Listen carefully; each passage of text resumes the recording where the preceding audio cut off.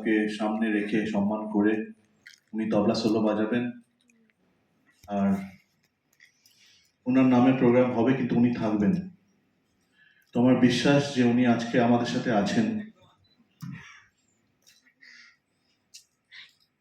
এটা তো প্রোগ্রাম নয়, এটা আমরা বলতে পারি শ্রদ্ধাঞ্জলি জানাতে এসেছি।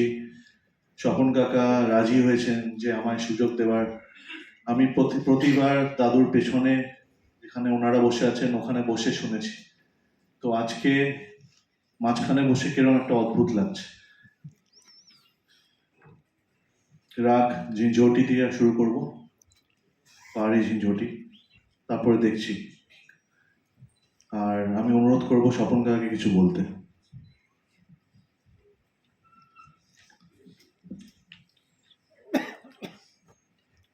এই দিনটার জন্য আমি অনেক দিন অপেক্ষা করেছিলাম, যে 4 জেনারেশনের সঙ্গে আমি বাজাতে চাইছিলাম।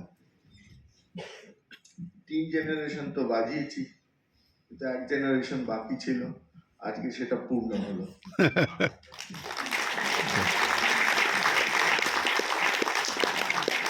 চার জেনারেশন আমি বলতে চাইছি।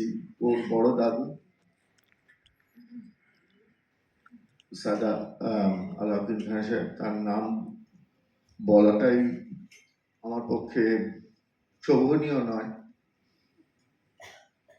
তারপরে হচ্ছে উস্তাদ আলী আকবর খান সাহেব, তারপরে উস্তাদ আশিস খান, উস্তাদ ধ্যানেশ খান,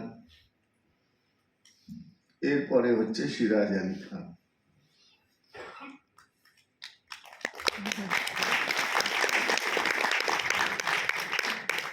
তো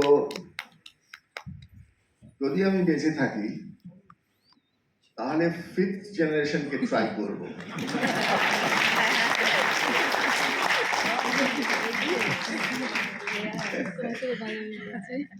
তো আপনারা আজকে সিরাজের বাজনা শুনুন, ওকে আশীর্বাদ করুন যেন ও এই পরম্পরাটাকে মেনটেন করতে পারে, এই ঘরানা। আজকাল সবাই খুব ভালো গান বাজনা করছেন, সবাই এই ঘরের পার্টিকুলার যারা সবাই অসাধারণ, কিন্তু আমি চাই সিরাজও আরো আগে বাড়ুক, ওকে আশীর্বাদ করুন, তাহলে ও আরো বড় হবে, আরো ভালো বাজাবে, সেইটাই আমরা সবাই চাই। আর আরেকটা জিনিস, ওকে আশীর্বাদ করুন যাতে ওর মাথাটা ঠিক থাকে, মাথা যেন গরম না হয়ে যায়, এটা হলেই। আর সুরের দিকে যদি মেজাজ থাকে তাহলেও একদিন এক জায়গায় পৌঁছে যাবে। এটাই আমার ঠাকুরের কাছে প্রার্থনা, যেন তাকে এইভাবেই নিয়ে যান।